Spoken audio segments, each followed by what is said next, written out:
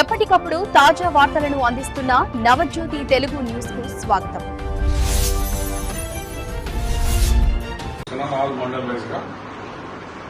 మా రైతు సోదరులకు మనవి చేస్తున్నాను. మీరు వాళ్ళు వీళ్ళు చెప్పిన మాట వినకుండా యూరియా అనేది షార్టేజ్ లేదు.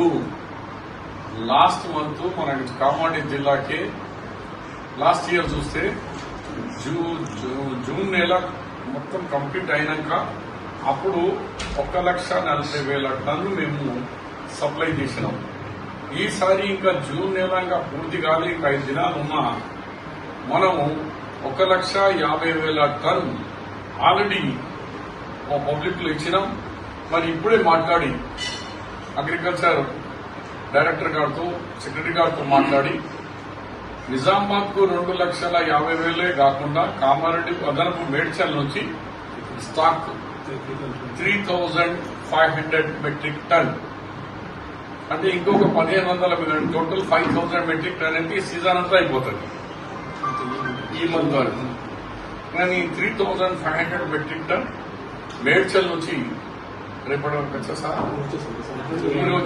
ఈ రోజు సాయంత్రం లేకుంటే రేపు మార్నింగ్ వస్తుంది. రైతన్నలకు మళ్ళీ అప్పీల్ చేస్తున్నాను, మీరు ఎలాంటి ఆందోళనకు పాల్పడకండి.